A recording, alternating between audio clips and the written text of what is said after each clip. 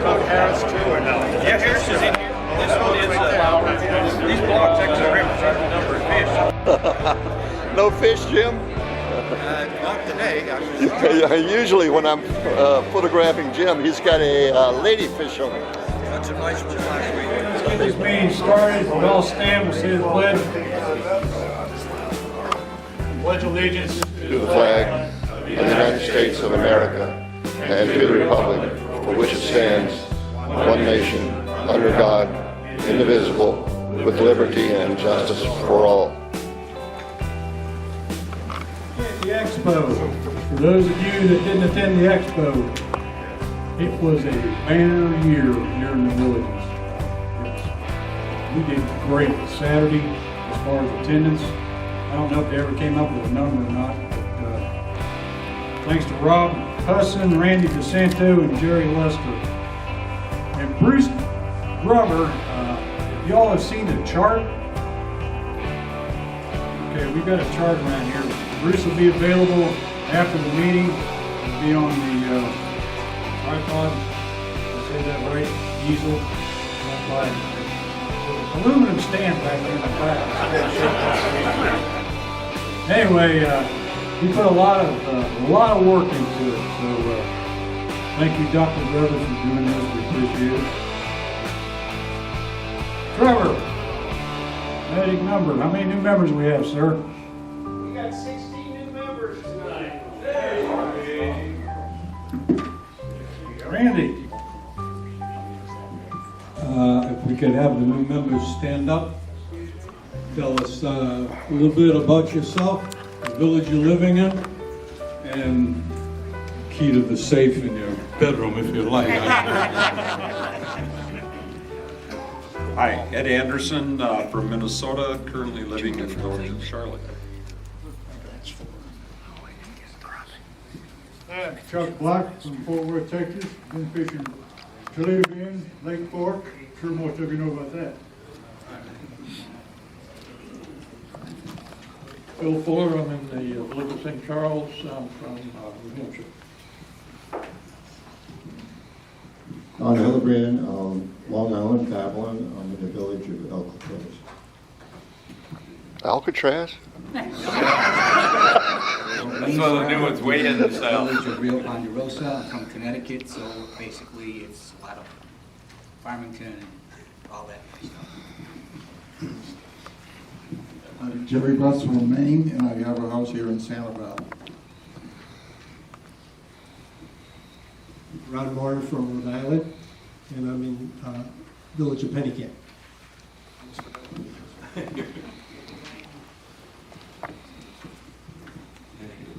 Dave Nelson, I'm from northern Minnesota, walleye fisherman, sorry. Live in Fernandina. Paul Zimmer from Evansville, Indiana, and then village of LaBelle. Bob Dorman from Northern Illinois. I'm in the village of LaBelle. John Schwartz, I live in San Diego, California. I'm visiting my parents. Member of the San Diego Bassmasters out there, and fished a couple tournaments out here, Pro-Am. And I've been fishing the village for about 15 years now, so first time. I'm Stuart Doyle. I live up in northern Michigan around a place called Traverse City. All right, thank you. How about a round of applause for the new members?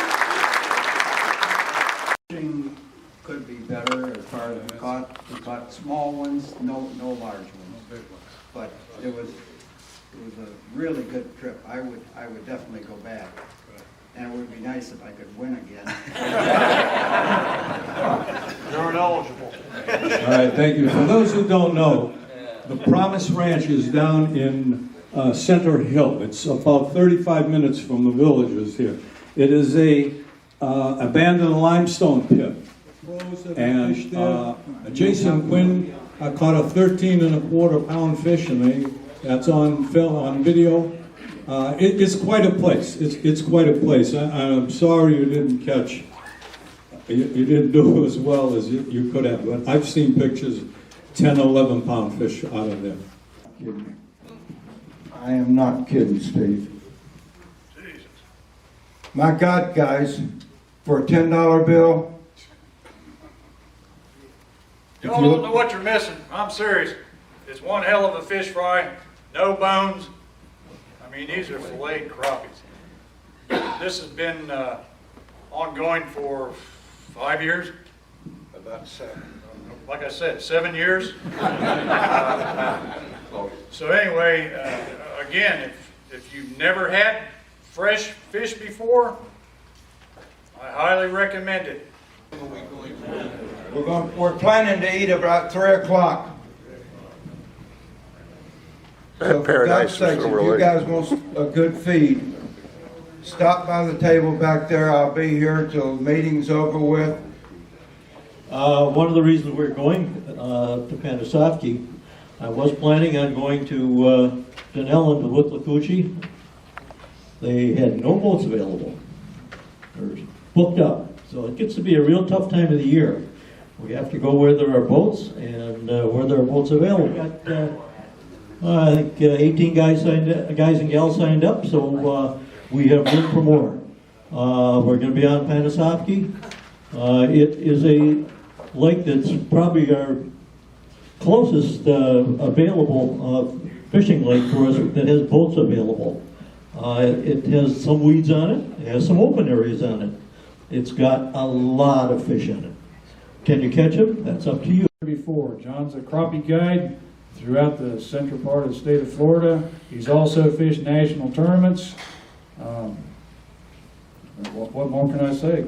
Let's let John introduce himself and do the talking. Let's have a nice warm welcome, John Peyton.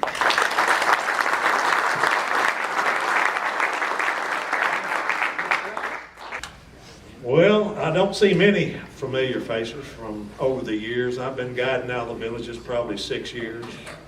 I take a lot of snowbirds. They come in, and of course I know Jerry Echols, and I know Steve. Steve, he won't even go fishing with me. I offered to take him free. He wants to catch him on a bass. I fished crappies since 1987 in national tournaments.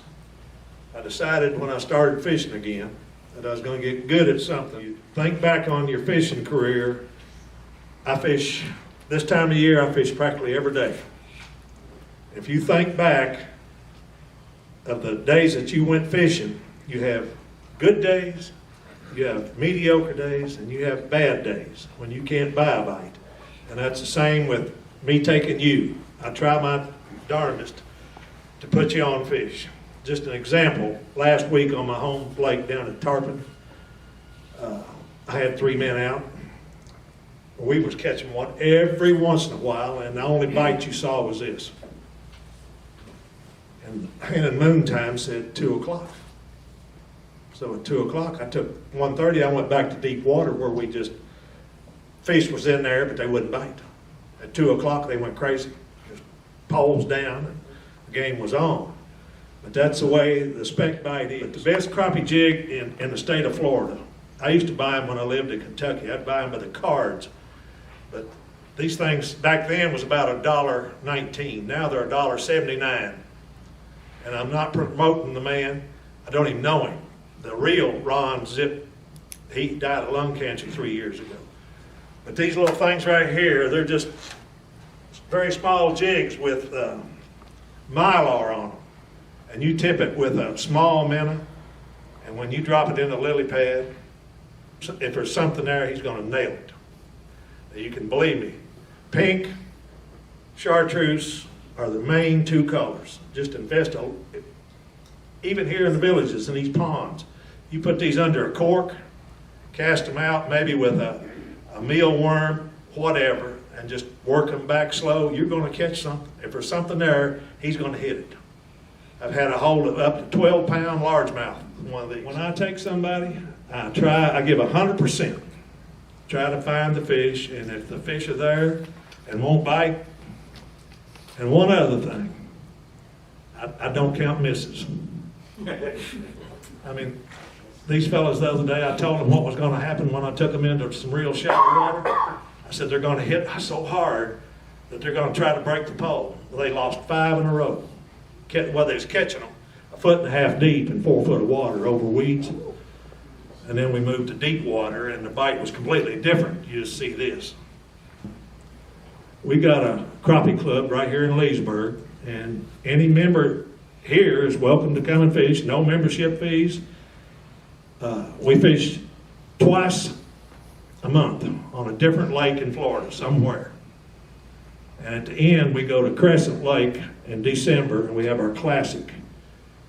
And usually, we weigh 7 fish, and usually it takes somewhere in the neighborhood of 14 pounds.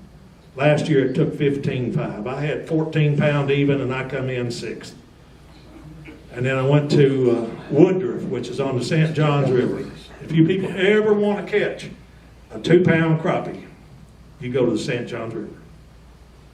I had one of the gentlemen out of the Villages last year that caught a 3 pound female in Woodruff. We weighed the 7 biggest, and they weighed 15 pound each of any species, that they will not exert any energy to move to feed. I saw a scientist on TV explaining what happened. He went into a swimming pool under a low pressure with chest waders on. And the chest waders looked like they was just free on his body, not compressed at all. He went into that same pool under a high pressure, and they looked like they was glued to his body. The pressure is tenfold on a fish. If water was 2% more dense, you could walk on it. So when that pressure hits them fish, they sit there. They won't exert any energy to feed. So if it's been raining for a week and you say, hell, it's going to be clear tomorrow, we'll go fishing, just stay home. Because they're not going to bite. And when you fish as many days as I do, I've had some cold front days when you couldn't keep them off the hook. And I can't explain, but most cold front days, especially the first day after the rain's ended, just stay home. No white crappie in the south, in Florida whatsoever. They can't stand the hot water. Of course, our temperatures sometimes in the summer get 90, 89, 90 degrees. White crappie can't survive. These black crappie thrive for whatever reasons. Completely different for them. They're a different species. White crappie a lot of times school up in schools, feeding on the same ball of shad. Their main diet is shad. Their second choice is grass shrimp. It's just a little shrimp. It looks like a regular shrimp, except it's little. And you can buy them at certain bait stores, and they're a fantastic bluegill, shell cracker, or crappie bait. A bass will hit them even. You never forget days in your life like the disasters. You always know what day it was. Well, I saw a bass in Lochloosa, March the 17th, 3 years ago. An old man come walking up there with a 19-pound, 5-ounce largemouth, and he took it home and ate it. I said, surely you're going to have it mounted. He said, I can't afford to have it mounted. And we had just cleaned 50 crappie. We had 100 flags. All we had to do was trade. And we didn't have enough sense. 2 cycles in fall and spring, or tell us a little bit about it. It never quits. Okay. June and July, August, September, October is absolutely the best month for the simple reason that they're starting their feeding pattern for the spawn, and there's no cold fronts. Cold fronts devastate people. When I moved here to Leesburg, I moved to Leesburg about 8 years ago now, and the guy that runs the club told me, he said, John, you're going to like fishing here in the summer. He said, you catch more fish than you ever thought about in the winter. And I thought, well, you're crazy. He said, the only trick is you fish 3 to 5 foot deep. Never below that, unless you're in a spring-fed lake. He said, there's no oxygen content. I thought, well, he's a fool. But I learned pretty quick. You drop them in a 7 foot deep and the hair's chain, and the minute's dead in 2 minutes. And there's 2 gentlemen, I don't know if any one of them's here, that I talked to last year out in the parking lot. And I had a senior moment, I think. But if either one of you gentlemen's here, just raise your hand. I lost their name. And I got a card here with a free trip on it for them. Oh, that was me. quick, you're quick. Figured that was coming. And I am going to give a free half-day trip. It'll be right here on the Harris chain. The Harris chain's pretty hot right now. Just ever who wins it, make a date. And the last one I give away, nobody ever called me. What is the limit? 25. 25? Anybody's welcome. And I'll be glad to take anybody. I take up to 3. I take 1 at a reduced price. 2 is $250. 3 is $250. And I clean every one of them. And if I keep you out there at least 5 hours. That's usually about as much as anybody wants. And if you're not satisfied, just tell me you don't pay me. Can't beat that.